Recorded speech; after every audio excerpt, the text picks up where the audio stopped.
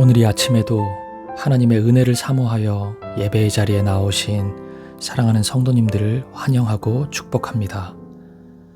오늘 우리에게 주신 하나님의 말씀은 사무엘상 7장 3절부터 17절까지 말씀입니다. 사무엘이 이스라엘 온 족속에게 말하여 이르되 만일 너희가 전심으로 여호와께 돌아오려거든 이방 신들과 아스다롯을 너희 중에서 제거하고 너희 마음을 여호와께로 향하여 그만을 섬기라. 그리하면 너희를 블레셋 사람의 손에서 건져내시리라. 이에 이스라엘 자손이 바알들과 아스다롯을 제거하고 여호와만 섬기니라. 사무엘이 이르되 온 이스라엘은 미스바로 모이라.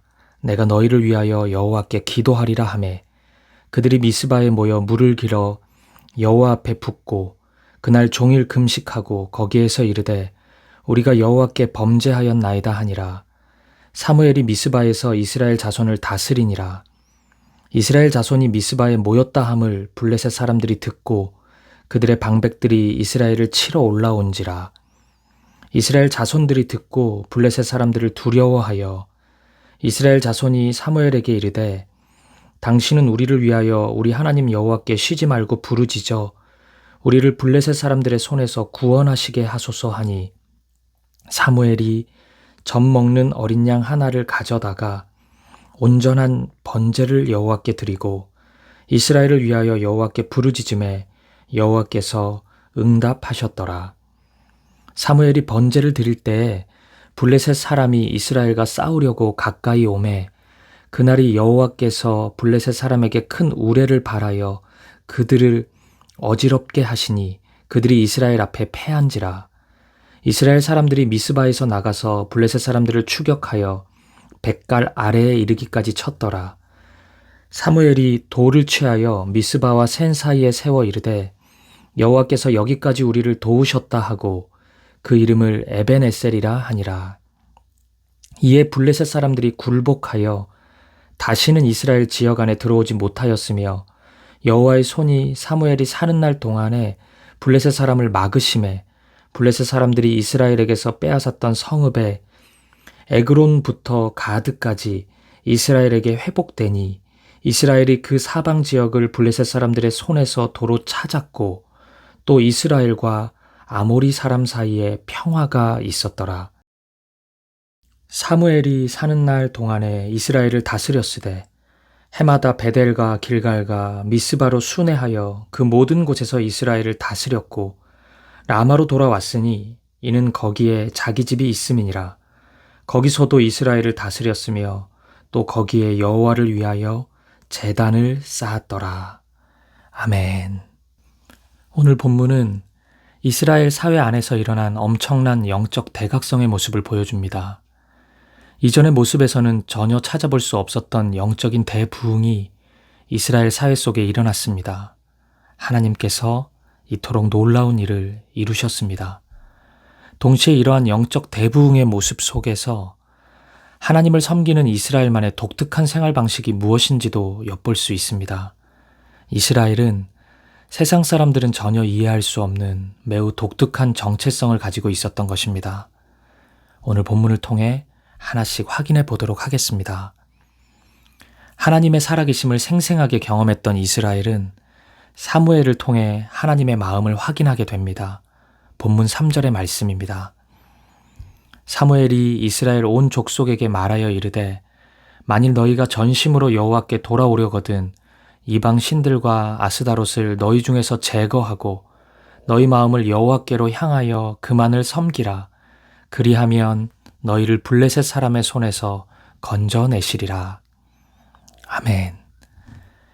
이스라엘의 마음이 오직 하나님께만 향하고 오직 하나님만을 섬기기를 하나님은 간절히 원하셨습니다. 그동안 이스라엘은 다른 신들을 함께 섬겼습니다. 블레셋의 신도 마음에 품고 있었고 홈리와 비느하스가 보여준 것처럼 인간적인 욕망도 함께 자리하고 있었습니다. 하나님은 그것들을 모두 내려놓기를 원하셨던 것입니다. 과연 그것들을 모두 내려놓고 이스라엘은 하나님께 마음을 돌이킬까요? 이전과 달리 이스라엘의 반응은 매우 신속했습니다. 4절의 말씀처럼 여호와만 섬기겠다고 고백합니다. 그리고 사무엘의 요구대로 미스바에 모여 금식하고 회개하기 시작합니다. 6절에 나오는 우리가 여호와께 범죄하였나이다 라는 고백은 하나님과의 관계를 회복해야 하는 이스라엘의 진실된 신앙 고백이었습니다. 사랑하는 여러분, 만약 지금까지 살펴본 이스라엘의 모습이 나의 모습과 참 많이 비슷하다고 여기시는 분들이 있다면 오늘 여러분이 해야 되는 결단 한 가지는 바로 회개입니다. 하나님만을 의지하고 하나님만을 예배하겠다는 진실된 고백입니다. 그것만이 하나님과의 깨어진 관계를 회복할 수 있는 유일한 길이고 하나님께서 그토록 기다리셨던 한 가지 고백입니다. 오늘 이 아침 하나님은 여러분의 그 고백을 기다리고 계십니다. 이어지는 블레셋의 마지막 공격은 하나님 전쟁의 특징, 더 나아가 하나님의 백성의 독특한 정체성을 보여줍니다. 이스라엘이 하나님의 권능 속에 있다고 생각한 블레셋은 이스라엘을 향해 선제 타격을 해야 한다고 생각했습니다. 그리고 이런 상황에 직면하자 이스라엘은 다시 두려움 속에 빠져듭니다. 이스라엘의 신앙은 아직도 어린아이 수준에 머물렀던 것입니다. 그들은 한 번 더 하나님의 권능과 돌보심의 경험이 필요했던 것입니다. 그러자 사무엘은 하나님을 예배하고 쉬지 않고 기도합니다. 여기서 독특한 점은 전쟁을 앞두고 있는 사무엘의 대처입니다. 전쟁을 앞두고 있는데 사무엘은 기도만 하고 있는 것입니다. 구약시대 고대 근동에서의 전쟁은 단순히 한 나라의 부국강병을 보여주는 것을 넘어서 그들이 섬기는 신들의 강함을 입증하는 하나의 무대였습니다. 따라서 한 나라가 전쟁에서 이겼다는 것은 그 나라의 신이 승리를 했다는 의미인 것입니다. 그런데 이스라엘이 전쟁에서 이기는 방법은 매우 독특했습니다.